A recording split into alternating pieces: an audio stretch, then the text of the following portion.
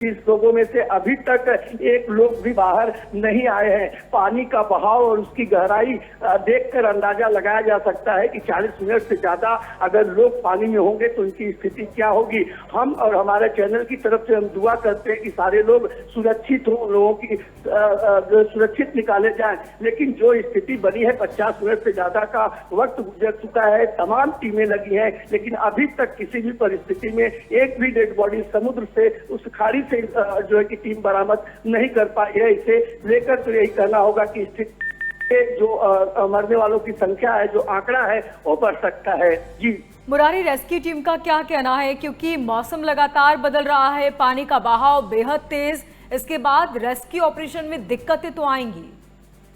देखिए, rescue operation के अधिकारी का साफ तौर पर कहना है कि पानी का जो बहाव है वो बहाव काफी तेज बहाव है। उस बहाव में किसी को ढूंढ पाना या किसी को निकाल पाना काफी मुश्किल है। और लगातार हो रही बरसात जो है पूरी तरह से रेस्क्यू ऑपरेशन पर आपदा बन रही है। और यही वजह है कि एनडीआरएफ की टीम फायर ब्रिगेड के अलावा अन्य जो 2-3 एजेंसियां हैं उन्हें भी घटनास्थल पर बुलाई है, उनके साथ सर्च ऑपरेशन कर रहे हैं। बताया जा रहा है कि लगभग 4 से 5 किलोमीटर का जो इलाका है, उन इलाकों में ये सर्च ऑपरेशन जो है किया जा रहा है। बोट के जरिए, स्टीमर के जरिए भी उनकी तलाश जो है आसपास की खाड़ियों में की जा रही है, क्योंकि पानी का बहाव इतना तेज था। वो लोग जब पानी में गए होंगे तो कुछ क्षण के बाद ही जो स्थानीय चश्मदीद थे उनका साफ तौर पर कहना था कि जो लोग पानी में गिरे वो दोबारा दिखे नहीं। तो हादसा काफी दर्दनाक था। देखना ये होगा कि एनडीआरएफ की टीम के हाथ क्या कुछ कामयाबी लग पाती है। मुरारी, मुझे थोड़ा विस्तार में बताएं कि जब लोग पुल पर चढ़े, कुल कितने लोग थे और कितना वक्त लगा इस हादसे को? देखिए, पुल के ऊपर जो है 50 से 60 लोगों की बात कही जा रही है कि 50 से 60 लोग पुल के ऊपर थे। कुछ लोग सेल्फी ले रहे थे, कुछ लोग पुल को आर पार कर रहे थे और कुछ लोग पुल से ही अपने वीडियो शूट कर रहे थे। उस दरमियान एक घटना हुआ। पुणे शहर से मात्र 7 से 8 किलोमीटर पर मावल गांव है, उस गांव की एक घटना है। और वहां पर जिस तरीके से पर्यटक पहुंचते हैं, कोई नई बात नहीं है, हर दिन इस तरीके के पर्यटक पहुंचते हैं। लेकिन सवाल था ये कि आज इस ब्रिज के ऊपर इतने लोग कैसे चढ़े और इतनी बड़ी जब वो पर्यटक स्थल है, लोग यहाँ पहुंचते हैं तो प्रशासन के लोग कहाँ थे। ये तमाम चीजें अगर देखा जाए तो बड़ी बारीकी से जांच का विषय है। लेकिन हादसा जो हुआ है उसे लेकर के इलाके के लोगों में भी आक्रोश है, क्योंकि उन्होंने कई बार प्रशासन से, स्थानीय प्रशासन से उन्होंने पत्र दे करके संदेश दिया था कि ये पुल घातक है। बड़ी संख्या में लोग यहाँ आते हैं, पर्यटक आते हैं, पुल पे चढ़ते हैं, कभी बड़ा हादसा हो सकता है। और उसका प्रमाण रूपी आज हादसा देखने के लिए मिला है, जहाँ पर 6 लोगों की मौत हो चुकी है और 20 से 25 लोग अभी भी लापता हैं। बिल्कुल मुरारी, और इसके बाद सवाल तो बेहद लाजमी है कि कागजों पर दावे तो खूब किए जाते हैं, लेकिन जमीनी हकीकत कुछ और है। यहाँ पे जो प्रत्यदर्शी है उनका क्या कुछ कहना है, क्या मंजर देखा उन्होंने? और दूसरी तरफ हम ये पक्ष भी देखेंगे यहाँ पर मुरारी की जब इस तरह के हादसे होते हैं तब संवेदना जताई जाती है, लेकिन हादसे न हो इसके लिए पहले से ही इंतजाम किए जाना बेहद जरूरी है। अगर मरम्मत की जाती या यहाँ पर कोई गार्ड होता तो शायद ये हादसा न होता। बिल्कुल, जिस तरीके से सरकार ने या स्थानीय प्रशासन ने इस पुल को धोखादायक पुल अगर घोषित किया था, तो साफ तौर पर ये कहना था कि इस पुल को गिरा देना चाहिए था या दोनों तरफ से गेट लॉक कर देना चाहिए था और वहां पर एक सिक्योरिटी गार्ड होना चाहिए था। अगर ऐसा नहीं हुआ तो क्यों नहीं हुआ, इसके पीछे की वजह क्या है, ये जांच की विषय है। क्योंकि इन प्रशासनिक लापरवाही के चलते आज 6 से ज्यादा लोग मौत की गाल में समा गए हैं, 20 से 25 लोग अभी भी लापता हैं। ऐसे में सबसे पहले सरकार हो या फिर विपक्ष हो, दोनों के आरोप प्रत्यारोप सिर्फ घटना स्थल तक सही होते हैं। सप्ताह भर के बाद एक नई घटना देखने के लिए मिलती है, साल भर के बाद एक नई घटना देखने के लिए मिलती है। लेकिन जब घटना घटती है तो अफसोस जताया जाता है, लेकिन और घटना न घटे उसके ऊपर कोई कार्रवाई नहीं होती है। और उसी का नतीजा है कि एक के बाद एक घटनाएं देखने के लिए मिलती है। हालांकि ये पुणे का मावल गांव है, जहां पर ये पर्यटक जुटे थे और भारी संख्या में पर्यटक थे और ब्रिज के ऊपर चढ़े, जिसके बाद ये हादसा हुआ है। हादसा जांच के दायरे में है। खुद वहां पर स्थानीय विधायक नेता पहुंचे हुए हैं, जहां विपक्ष जांच की मांग कर रही है, वहीं सरकार पूरे मामले को लेकर एक टीम गठन करने की बात कही है। जी बिल्कुल मुरारी, और इस पूरे मामले को लेकर महाराष्ट्र सीएम का बयान भी सामने आया। उन्होंने साफ तौर पर कहा कि रेस्क्यू टीम वहां पर पहुंची हुई है, राहत बचाव कार्य लगातार जारी है। लेकिन क्या लगता है मुरारी, कितना वक्त लग सकता है, क्योंकि अब भी कई लोग वहां पर बहाव में है और लापता है, जिनकी तलाश लगातार की जा रही है। देखिए, पानी का बहाव, जैसे हमने पहले भी कहा कि पानी का बहाव काफी तगड़ा था और यही वजह है कि बचाव कार्य में काफी दिक्कत आ रही है। अब ऐसे में जो लोग पानी में गए वो लोग कितनी दूर गए हैं, क्या किसी पत्थर से टकराकर फंसे हैं, कहाँ हैं, इन्हीं सब चीजों की तलाश चल रही है।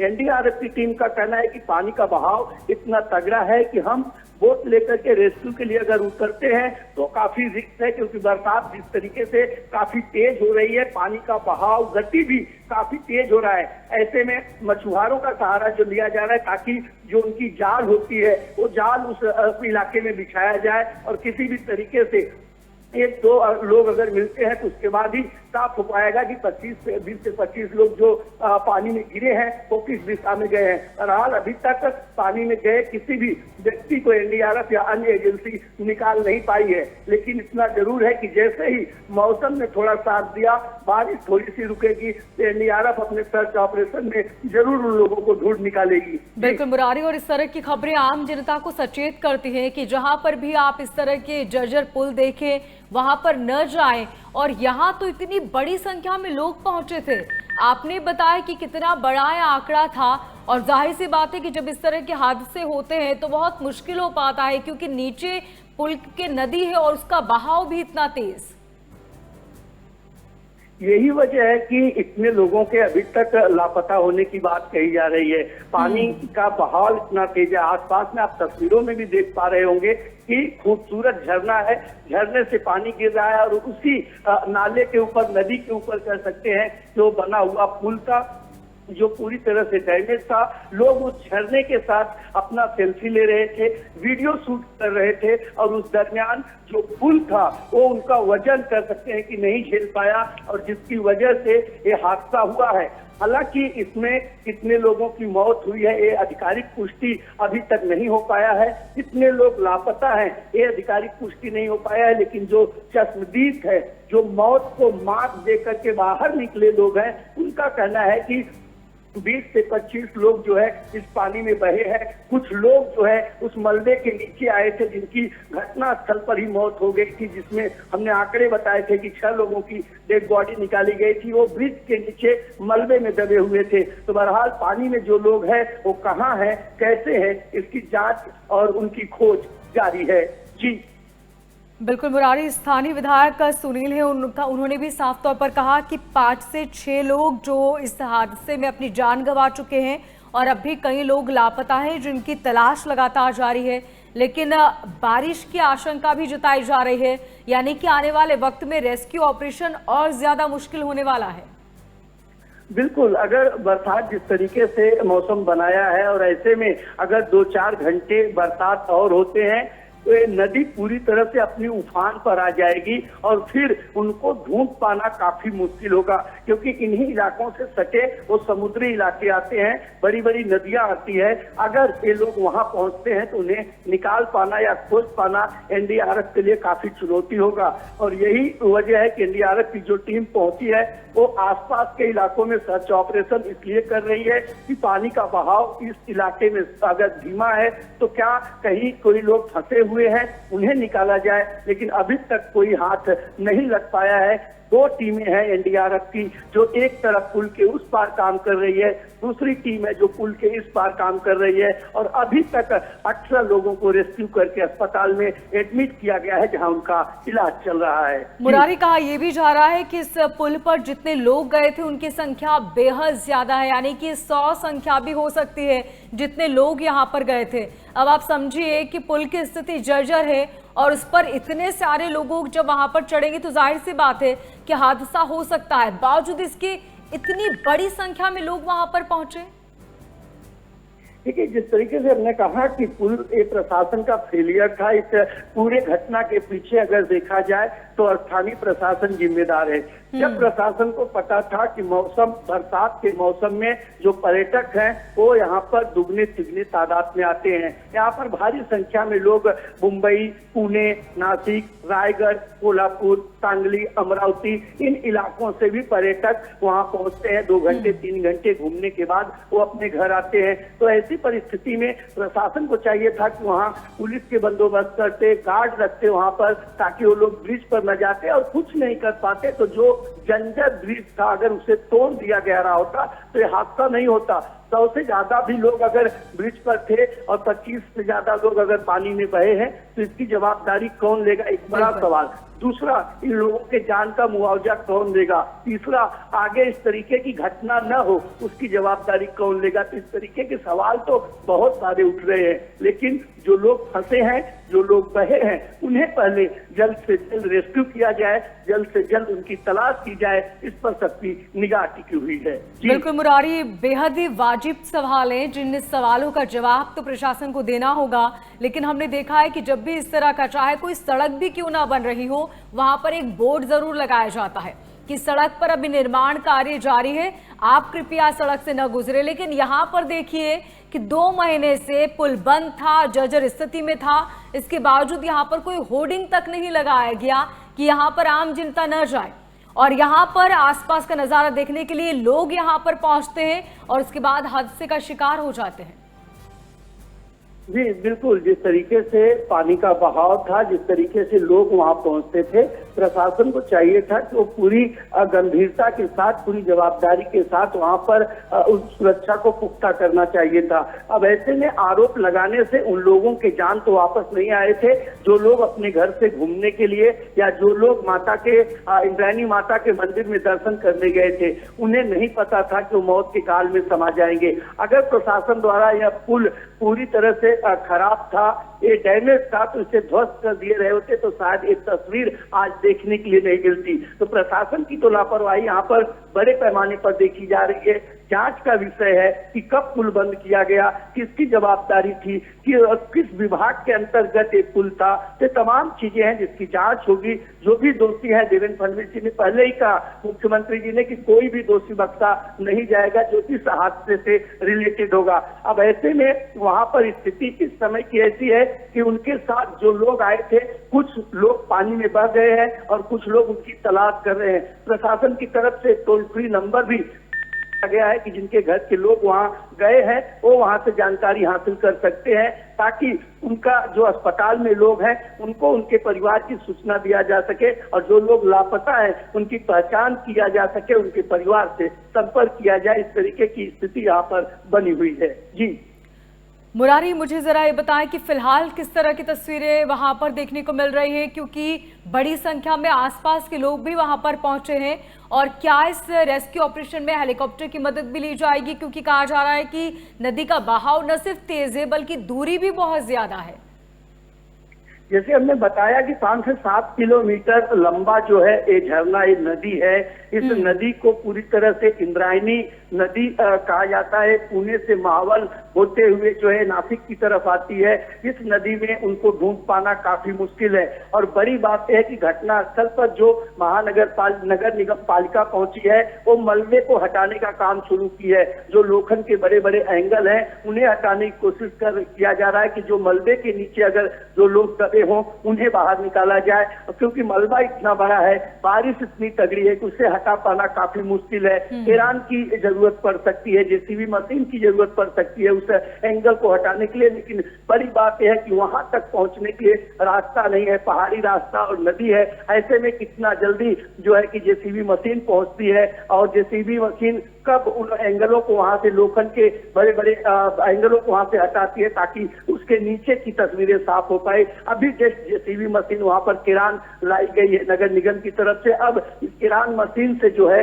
वो मलबा हटाया जाएगा और उसके नीचे अगर कुछ लोग दबे हैं तो उन्हें निकाला जाएगा। और वही दूसरी तरफ आपने जैसे कहा कि हेलीकॉप्टर का मदद जरूर लिया जाएगा, क्योंकि पानी काफी बहाव है। अगर दूरी की बात करें तो 7 से 8 किलोमीटर का पूरा इलाका होगा।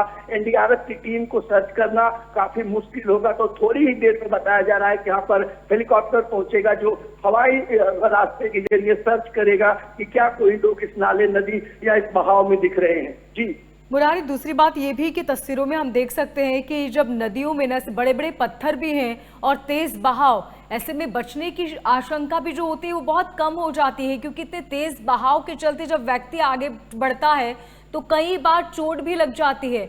और यहाँ देखिए कितनी बड़ी बड़ी चट्टानें और पत्थर साफ नजर आ रहे हैं नदी में। जी बिल्कुल, अगर महाराष्ट्र के नदी की बात करें या फिर मुंबई के समुद्र की बात करें तो चारों तरफ इसमें पत्थर होते हैं। कई बार ऐसा होता है कि आदमी पानी में जाता है, तैरना भी जानता है और वो बच भी सकता है, लेकिन पानी का बहाव इतना तगड़ा होता है कि उसे चोट लगती है और वो मौत की गाल में चला जाता है। ऐसे में जो ये नदी है इंद्रायणी नदी में चारों तरफ से पत्थर है, बीच में भी बहुत सारे पत्थर अक्सर पानी में वहां नहीं उतरते हैं, क्योंकि पत्थर से समुद्री पहाड़ से होते हुए वो नदी जो है निकली हुई है, तो पथरीली नदी है। जायज सी बात है कि 120 की स्पीड से अगर कोई ट्रेन गुजरती है तो पत्ते उड़ जाते हैं, धूल उड़ जाती है। तो ऐसे में ये जो स्पीड रही होगी पानी की, वो कितना तगड़ा उन्हें बहा को दिया होगा। जरूर अगर उनकी नसीब होगी तो वो सुरक्षित होंगे, नहीं तो जिस तरीके का बहाव देखा जा रहा है पानी का, जिस तरीके से पत्थर देखे जा रहे हैं चारों तरफ, उसका पाना जल्दबाजी होगी। जी बिल्कुल ठीक कहा मुरारी आपने। और क्योंकि 15 से 20 लोग जो अब भी लापता हैं और जो रेस्क्यू टीम वहां पर पहुंची, टीम का भी यही कहना है कि बहुत मशक्कत करनी पड़ रही है रेस्क्यू ऑपरेशन में, क्योंकि बहाव बेहद तेज और इस बहाव से लोगों को बाहर निकालना बेहद मुश्किल। और यदि बारिश हो जाती है तब तो और भी ज्यादा मुसीबतें आने वाली है, क्योंकि तेज बहाव और ऊपर से बारिश होगी तो जाहिर सी बात है कि रेस्क्यू ऑपरेशन में दिक्कतें होंगी। ऐसे में हम सिर्फ यही कामना कर सकते हैं कि बेहतर यही होगा कि सभी लोग सुरक्षित वापस आ जाएं, क्योंकि 15 से 20 लोग, ये आंकड़ा बढ़ भी सकता है। कई लोग तुरंत पुल टूटते ही अपने आप को जो बचा पाए वो नदी से बाहर आ गए, लेकिन कुछ लोग अब भी फंसे हुए हैं जिनकी तलाश लगातार जारी है। तस्वीरों में भी आप देख रहे हैं एनडीआरएफ और एसडीआरएफ की टीम वहां पर पहुंची, स्थानीय पुलिस भी वहां पर पहुंची है और रेस्क्यू ऑपरेशन में स्थानीय लोगों की मदद भी ली जा रही है। जी मुरारी जी, जिस तरीके से स्थिति बनी है इससे निपटने के लिए महाराष्ट्र सरकार के अलावा जो आसपास के गांव के लोग हैं वो घटनास्थल पर पहुंचे हैं। अभी यहाँ पर किरान पहुंची है, किरान के जरिए जो है उस मलबे को हटाने की कोशिश की जा रही है। आसपास के जो लोग हैं वो मदद के लिए आगे बढ़कर आए हुए हैं। लगातार जो है बारिश हो रही है, बचाव कार्य में काफी दिक्कतें हो रही है, लेकिन उसके बावजूद भी बरसात को चुनौती देते हुए जो जवान है अपने देश के, चाहे वो एनडीआरएफ की टीम हो चाहे फायर ब्रिगेड की टीम हो, वो लगातार उसका प्रयत्न ये है कि कितना जल्दी ये मलबा जो है इस मलबे को हटाया जाए और उसके बाद सर्च ऑपरेशन कर मलबे के नीचे फंसे दबे लोगों को निकाला जाए। वहीं दूसरी तरफ अगर एनडीआरएफ की बात करें तो एनडीआरएफ की टीम पूरी ताकत के साथ इस समय नदी में उतरी हुई है। इंद्रायणी नदी पूरी तरह से उफान पर आ चुकी है। 120 किलोमीटर प्रति घंटा की रफ्तार से पानी का बहाव है। उस बहाव को चैलेंज देते हुए जो एनडीआरएफ की टीम है वो जो है सर्च ऑपरेशन के लिए कूद चुकी है। अगर मौसम थोड़ा रुक जाता है, 2 से 3 घंटे का 2 घंटे का समय बचा है, क्योंकि जैसे जैसे अंधेरा होगा वैसे वैसे रेस्क्यू ऑपरेशन में काफी दिक्कत होगी, क्योंकि पहाड़ी इलाका है, नदी के इलाके हैं, लाइट की भी वहां पर कोई ऐसी सुविधा नहीं है। अब ऐसे में एनडीआरएफ की टीम की कोशिश यही है कि 2 घंटे के अंदर इस ऑपरेशन को किसी अंजाम दिया जाए, लोगों को बाहर निकाला जाए। नहीं तो रात होती है तो रात के वक्त इसकी दिक्कतें काफी ज्यादा जो है कि दिक्कतें होंगी रेस्क्यू ऑपरेशन में। जी मुरारी, एग्जैक्ट किस वक्त ये पूरा हादसा हुआ और हादसे के कितनी देर बाद एनडीआरएफ और एसडीआरएफ की टीम वहां पहुंची? देखिए, हादसा लगभग 1.5 से पौने 2 घंटे पहले का ये हादसा है। 3 साढ़े 3 बजे के आसपास का ये हादसा बताया जा रहा है। एनडीआरएफ की टीम को सूचना लगभग 1 घंटे बाद दी गई थी, क्योंकि इतना बड़ा हादसा लग नहीं रहा था। जब घटनास्थल पर स्थानीय पुलिस, नगर निगम और फायर ब्रिगेड पहुंची और वहां जब चश्मदीदों का बयान लिया गया, उनसे पूछा गया कि जो पानी में बहे लोग हैं उनका आंकड़ा क्या है, तो लोगों ने जिस तरीके से बताया, फोटो वीडियो में जो चीजें उस टाइम पर दिख पाई थी, उसे लेकर के तत्काल एनडीआरएफ की 2 टीमें घटनास्थल पर बुलाई गई। एक टीम ऑलरेडी पुणे शहर में ही बारिश को लेकर के अलर्ट मोड पर थी और दूसरी जो थी वो मावल में थी। दोनों टीमों को घटनास्थल पर सूचना देकर बुलाया गया और दोनों टीम जब से पहुंची है तब से सर्च ऑपरेशन कर रही है। लगातार वो चाहे जो यंत्रणाएं हो, चाहे जिस विभाग से जो मदद चाहिए वो मदद लेकर के एनडीआरएफ की टीम काम कर रही है। इस समय प्रेजेंट टाइम में घटनास्थल पर केरान पहुंचा हुआ है। उस मलबे को हटाने का काम किया जा रहा है क्योंकि कुछ लोगों का कहना है कि हमारे कुछ लोग इस मलबे के नीचे चले गए हैं। जेसीबी और केरान की मशीन पहुंची है, मलबा हटाने का काम शुरू है। बारिश लगातार हो रही है, देखना ही होगा कि कितनी देर में ये मलबा हटता है और क्या कुछ मलबे के नीचे से कितने लोग निकाले जाते हैं। जी बिल्कुल मुरारी, यानी कि 1.5 घंटा हो चुका है रेस्क्यू ऑपरेशन को जारी और वहां पर लगातार रेस्क्यू ऑपरेशन जारी है। कितना वक्त लग सकता है ये कह पाना तो फिलहाल बहुत मुश्किल, क्योंकि नदी का बहाव बेहद तेज है, लेकिन टीम भी मुस्तैदी के साथ वहां पर अलर्ट है। जी, ये कहना गलत नहीं होगा क्योंकि एनडीआरएफ की टीम जानती है कि उन्हें शाम जो है रेस्क्यू ऑपरेशन में काफी दिक्कत होगी, क्योंकि अंधेरा होगा तो उनको सर्च कर पाना, उनको ढूंढ पाना काफी मुश्किल होगा। और यही वजह है कि एनडीआरएफ की टीम सबसे पहले जो ये नदी है, इस नदी के आखिरी मोड़ पर वो जाल लगाने की जुगत में लगी हुई है कि उस मोड़ पर अगर जाल बांधते हैं और बीच में सर्च ऑपरेशन करते हैं तो पूरी रात भी अगर हमें सर्च ऑपरेशन करना पड़ा तो कोई दिक्कत नहीं होगा। तो सबसे पहले जो समुद्र का आखिरी छोर है उस छोर पर जाली लगाने का काम चालू है। जो मछुआरों की, जैसे हमने बताया कि मछुआरों का मदद इसलिए लिया गया है कि जो जाली है वो जाली पूरी तरह से नदी में बांधा जाए ताकि पानी का कितना भी बहाव हो उन लोगों को उसमें फंसे और उन्हें वहां से रेस्क्यू किया जाए। एनडीआरएफ की टीम की पूरी कोशिश है कि किसी भी परिस्थिति में कैसे भी किसे बाहर निकाला जाए। और एक तस्वीर अभी देखने के लिए मिली है कि एक व्यक्ति जो है वो एंगल के नीचे फंसा हुआ, उसे निकालने के लिए कटर मशीन से एंगल को काटा जा रहा है। तो स्थिति काफी डरावनी और भयभीत कर देने वाली है और अब एंगल को हटाने का काम चल रहा है। ऐसे में एंगल जब हटता है तो क्या नीचे और लोग हैं, इससे यह देखना होगा। और बड़ी बात है कि रेस्क्यू ऑपरेशन कितने टाइम में खत्म होगा ये कह पाना जल्दबाजी है, क्योंकि 20 से 25 लोग जो पानी में बहे हैं, कोई भी व्यक्ति अभी तक एनडीआरएफ या अन्य एजेंसियों के हाथ नहीं लगा है। बिल्कुल मुरारी, तो रेस्क्यू ऑपरेशन जारी है, हालांकि कितना वक्त लगेगा ये कह पाना बेहद मुश्किल। आप नजर बनाए रखिएगा। फिलहाल बहुत शुक्रिया तमाम जानकारी के लिए। ये तस्वीरें आप देख रहे हैं। आपको बता दें कि लगातार रेस्क्यू ऑपरेशन वहां पर जारी है। एनडीआरएफ और एसडीआरएफ की टीम वहां पर पहुंची है, स्थानीय पुलिस भी वहां पर पहुंची और कोशिश यही कि तमाम लापता लोग जो इस बहाव में बहे उनको जल्द से जल्द निकाला जा सके। और यही वजह है कि टीम मुस्तैदी से वहां पर ड्यूटी हुई है। हालांकि कितना वक्त लगेगा ये कह पाना थोड़ा मुश्किल।